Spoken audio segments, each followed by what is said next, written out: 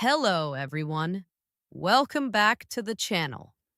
Today, we are covering one of the most incredible survival stories in modern political history.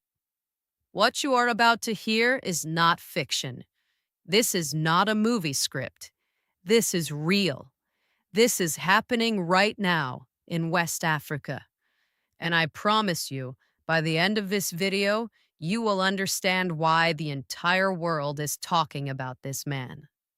But first, if you support Captain Ibrahim Traoré, if you believe in what he stands for, hit that like button right now. Go to the comments and write your message. Write, "Long live Traoré." Write your support, because every like, every comment, every share pushes this video to more people. And this story needs to be heard. Traoré's enemies want silence. We are going to give them noise. Let us get into it. Imagine this. You are 34 years old. You have just taken control of a nation in crisis. Terrorist groups control nearly half your territory. Your people are starving. Foreign corporations are draining your gold. Your former colonial master still has troops on your soil. And from the very first day you take office, powerful forces want you dead. Not figuratively, literally dead.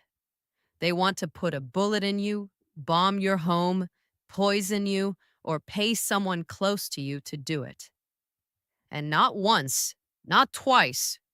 According to multiple intelligence sources and regional media reports, Captain Ibrahim Traoré of Burkina Faso has survived at least 5 confirmed and officially announced coup and assassination attempts since September 2022.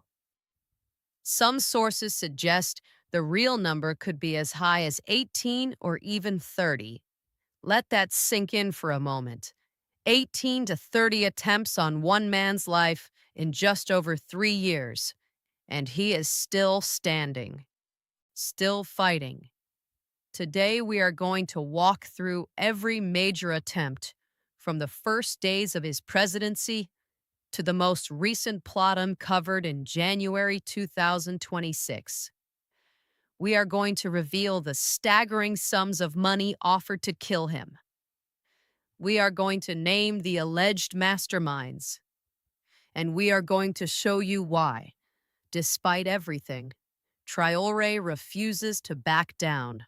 Let us start from the beginning. December 2022. Traoré has been in power for barely 3 months. He is still establishing his government, still trying to stabilize a country in chaos. And already, the first plot emerges. Lieutenant Colonel Emmanuel Zungrana is identified as the ringleader of an attempted coup. The plot is detected before it can be executed. Zungrana and his associates are arrested. This was the first warning shot, a signal that the forces Traoré had disrupted, the networks that had profited from decades of corruption and foreign exploitation, were not going to let him govern in peace. But Traoré did not flinch. He reshuffled his cabinet, tightened his security circle, and pressed forward. He expelled French military forces from the country. He banned France 24 from broadcasting. He began nationalizing gold mines. Every bold move he made earned him more enemies, but also more love from his people. And the plots kept coming. September 26, 2023. Almost exactly 1 year after Traoré came to power, Burkina Faso's intelligence and security services uncovered a sophisticated coup attempt timed for that very night. This was not amateurs. This involved high-ranking military officers, including the commander of Burkina Faso Special Forces, Abdul Aziz Aouba, the deputy commander of VDP Special Forces, Christophe Maiga, the director of the Higher Institute of Civil Protection Studies, Lieutenant Colonel Boubacar Keita, and the commander of the Special Forces of the VDP, Lieutenant Colonel Sheikh Hamza Ouattara. Two additional officers, including the former director of the National Intelligence Services, Sekou Ouedraogo, who had been fired just 13 days earlier, were said to be in hiding. Think about that for a moment. The head of the Special Forces, the former intelligence chief. These are not low-level discontents. These are men with access, with training, with capability. And they came for Traoré. On the night of September 26th, pro-Traoré social media accounts began spreading alerts. Citizens were told that a coup was underway, and something extraordinary happened. The people of Burkina Faso flooded the streets. In Ouagadougou, in Bobo Dioulasso, in Gawa, thousands came out in the middle of the night, not to flee, but to defend their president. The coup was crushed. The conspirators were arrested, and Traoré emerged stronger than before. January 2024. The Africa Cup of Nations is approaching. Burkina Faso's intelligence agencies intercept a new plot. This time, the conspirators are planning a spectacular attack.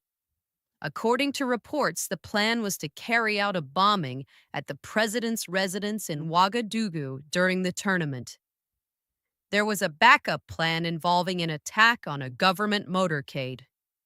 Serving and retired military personnel, along with civilians, were identified as part of the network.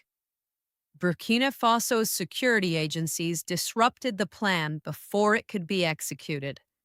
Once again, Traoré survived.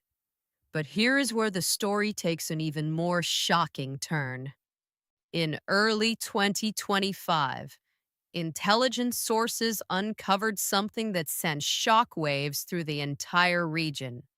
A foreign-backed network with interests in destabilizing Burkina Faso had approached members of Traoré's personal security detail, his own bodyguards, with an offer. $5 million. $5 million to assassinate the president. And not just any assassination. The instructions were chillingly specific. According to the guard's own account, which was later reported by multiple media outlets, they wanted him to shoot Traoré from behind, specifically when he bends down to pray. They promised the guard and his family citizenship in a foreign country. They called it an offer he could not refuse. Maar die wachter het geweier. En wat hy daarna gesê het een van die kragtigste uitsprake geword wat uit hierdie hele saga gekom het. Hy het later herverdel, en ek parafraseer sy woorde hier. Is $5 miljoen die moeite werd om 'n gewete op my graf te dra? Sal daai veld my 'n koning maak in 'n vreemde land? Of 'n dwaas belag gemaak deur hulle seuns en dogters? Ek sal eerder as 'n leeu in die veld lewe, as 'n hond in die stad van hulle. Daai woorde, lees dit weer. 'n man wat waarskynlik 'n beskeie militêre salaris verdien, wat waarskynlik sukkel met dieselfde daaglikse uitdagings as miljoene ander Afrikane. Kyk na $5 miljoen en die belofte van 'n nuwe lewe in 'n welvarende land en sê nee. Nie omdat hy nie die veld kon gebruik nie, maar omdat sekere dinge meer werd is as geld. Loyaliteit, eer, die oortuiging dat wat Traoré bou meer saak maak as enige bankrekening. Die waag het die aanbod onmiddellik aan nasionale intelligentieoorhede gerapporteer. Die komplot is blootgestel. Maar dink oor wat dit beteken. Iemand iewers, gesteun deur buitelandse veld en buitelandse belange, het probeer om 'n coup met Traoré se naam op te koop. En hulle het gedink $5 miljoen, dis die prys van 'n president se lewe. Hulle was verkeerd. April 2025. Dit is die groot een. Dit is die komplot wat internasionale opskrifte vermaak het en die ware omvang van wat Traoré teenstaan blootgestel het. Burkina Faso se militêre regering het aangekondig dat hulle 'n groot staatsgreeppoging gekelder het. En die besonderhede wat opgetel is, was absoluut verstommend. Toe die minister van Veiligheid die feite uiteensit, het die hele streek asem ophou. At the center of the conspiracy was a high-ranking official, reportedly Traoré's own chief of staff. Think about what that means. The person closest to the president, the person who knows his schedule, his movements, his vulnerabilities, was allegedly turned against him. According to the government, this official was arrested after confessing to accepting a bribe of 25 billion CFA francs. That is approximately 41 million US dollars. $41 million. Let me put that number in perspective for you. That is more than the annual budget of some government ministries in West African nations. Someone had $41 million to spend on removing one man from power. That tells you everything you need to know about how threatening Traoré is to certain interests. To betray his president, his country, and his people. The confession reportedly revealed that the bribe came with an arms shipment, allegedly facilitated through Côte d'Ivoire with French involvement. The plot was described as being in the advanced planning stages when it was uncovered through a military-led internal investigation. The government said the conspirators had planned to storm the presidential palace and create total chaos before seizing power. Among those named was Captain René David Ouedraogo, who remains at large. Authorities accuse the government of Côte d'Ivoire of backing the plot. 9 individuals, including foreign nationals, were arrested. Security in Ouagadougou was dramatically increased, with checkpoints erected across key routes and military deployments strengthened at sensitive installations. And once again, the people responded. Thousands rallied in Ouagadougou in support of the military government. Not because they were told to, because they chose to. Because they believed in Traoré and what he represents. Now we arrive at the most recent and perhaps the most terrifying plot of all. January 3rd, 2026. The air in Ouagadougou is tense. It is late at night. Most of the city is asleep. But in the shadows, a deadly operation is about to unfold. Security forces detect unusual activity. Intelligence agencies, already on heightened alert after years of constant threats, pick up signals that something major is being planned. On social media, word begins to spread like wildfire. Something is happening. A coup is underway. Citizens start messaging each other. Groups coordinate. And what follows is nothing short of a war movie script, except every word of it is real. On January 6th, 3 days after the plot was intercepted, Security Minister Mahamadou Sana appeared on state television in a dramatic late-night broadcast that would be watched and shared across the continent. What he revealed sent shockwaves through West Africa and beyond. A meticulously coordinated operation had been planned to violently overthrow the government of Burkina Faso. This was not some disorganized attempt by a handful of disgruntled soldiers. This was a multi-phase military operation with clearly defined objectives, external support, and a timeline accurate to the hour. The plan had multiple phases. Phase 1, the neutralization of Comrade Captain Ibrahim Traoré, head of state and president of Faso. How? Either at point-blank range or through an operation to mine his residence. In plain language, they were going to shoot him up close or blow up his home. Phase 2, disable Burkina Faso's drone base, eliminating the country's aerial surveillance and strike capability. Phase 3, a ground military intervention by external forces. This was not just a coup. This was a planned foreign invasion disguised as an internal power grab. The principal figure behind the plot was identified as none other than Lieutenant Colonel Paul-Henri Sandaogo Damiba, the former transitional president that Traoré himself had removed from power in September 2022.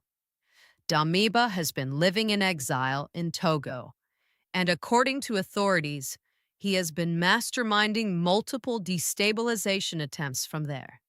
Security sources allege that Damiba secured approximately 70 million CFA francs, roughly $125,000, from sources operating in Ivorian territory. A leaked video, reportedly obtained by investigators, allegedly shows the suspected conspirators discussing the details of the plan. The operation was set to begin an hour before midnight on January 3rd. The intelligence services intercepted it in the final hours. 5 suspects were arrested. The situation was described as fully under control. But here's the part that gives me chills every time. On the night of January 3rd, as security forces scrambled to neutralize the threat, the people of Ouagadougou did not stay home. Social media groups issued calls for citizens to mobilize in defense of their government. And hundreds, ordinary men and women, took to the squares and roundabouts of the capital. They stood at intersections. They blocked roads. They chanted Traoré's name. They declared themselves a human shield for their president, a people's wall against those who wanted to destroy their revolution. No one ordered them to do this. No one paid them. They came because they believe in what Traoré is building. They came because they know what they stand to lose if he falls. And this is really the heart of the story. Why do they keep coming for Traoré? Why has one man attracted more assassination plots than most leaders face in a lifetime? The answer is simple: because he is dangerous. Not dangerous in the way his enemies portray him. Dangerous to their interests. Dangerous to the systems of exploitation that have drained Africa for decades. Traoré kicked out the French military. Every last soldier gone by February 2023, after decades of their presence on Burkinabe soil. He nationalized gold mines that were pouring billions into foreign bank accounts, while ordinary Burkinabe families could not afford a meal. He built a national gold refinery so Burkina Faso could process its own gold instead of shipping it raw to European refineries where the real money was made. In 2025, the country produced a record 94 tons of gold, worth over $6 billion at current market prices. The gold sector generated 776 billion CFA francs for the state budget, about $1.5 billion, the highest ever recorded. He declared food self-sufficiency for a nation that used to depend on international handouts and humanitarian aid convoys.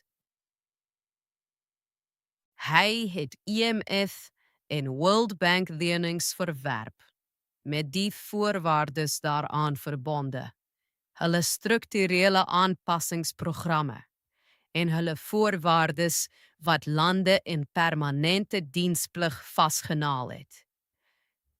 Hy het die alliansie van Sahel-state saam met Mali en Niger vestig en 'n nuwe magblok geskep wat buite westerse invloed operasioneer. Hy het die Relaanse plan van stapel gestuur om 5000 kilometer paaie per jaar te bou, meer as die hele padnetwerk wat in 26 jaar sedert onafhanklikheid gebou is. Hy het fabrieke, raffinaderye, verwerkingsaanlegte geopen. Hy het verdubbel op onderwys, gesondheid en militêre modernisering. Elkeen van hierdie prestasies verteenwoordig geld en mag wat weggeneem is van iemand wat dit eers gehaat het. Buitelandse mynboumaatskappye wat voorheen hout onttrek het met minimale belasting. Franse militêre belange wat hul teenwoordigheid regverdig het deur die onstabiliteit wat hulle self gehelp het skep. Internasionale finansiële instellings wie se leningsvoorwaardes Afrikaanse nasies in permanente afhanklikheid gehou het. Hierdie is nie klein spelers nie.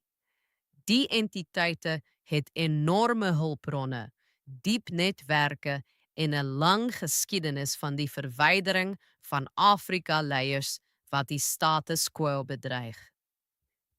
Thomas Sankara is in 1987 vermoor, omdat hy baie van dieselfde dinge gedoen het wat Traoré vandag doen. Patrice Lumumba is omvergewerp en vermoor. Muammar Gaddafi is omvergewerp. Die lys van Afrika-leiers wat gewaag het om westerne ekonomiese belange uit te daag en die finale prys betaal het, is lank en bloederig. Traoré weet van hierdie geskiedenis. Hy leef daarmee elke dag. En tog gaan hy voort. In a recent national address, Traoré told his people, "We know the risks, but the destiny of Burkina Faso is worth more than our individual lives." At the first summit of the Alliance of Sahel States in July 2024, he declared, "We are not going to tremble. We are going to face up to it." At the Russia-Africa Summit in St. Petersburg in 2023, wearing his signature camouflage uniform and red beret, he delivered the line that echoed around the world. A slave who cannot assume his own revolt does not deserve to be pitied. We do not feel sorry for ourselves. We do not ask anyone to feel sorry for us. He closed with the words, "Homeland or death, we will prevail." This is a man who speaks to Putin in Russian, who walks into rooms of world leaders twice his age and commands their attention, who received the loudest applause of any leader at the Ghana presidential inauguration in January 2025, with 21 heads of state present. Shifter magazine named him Person of the Year for 2025.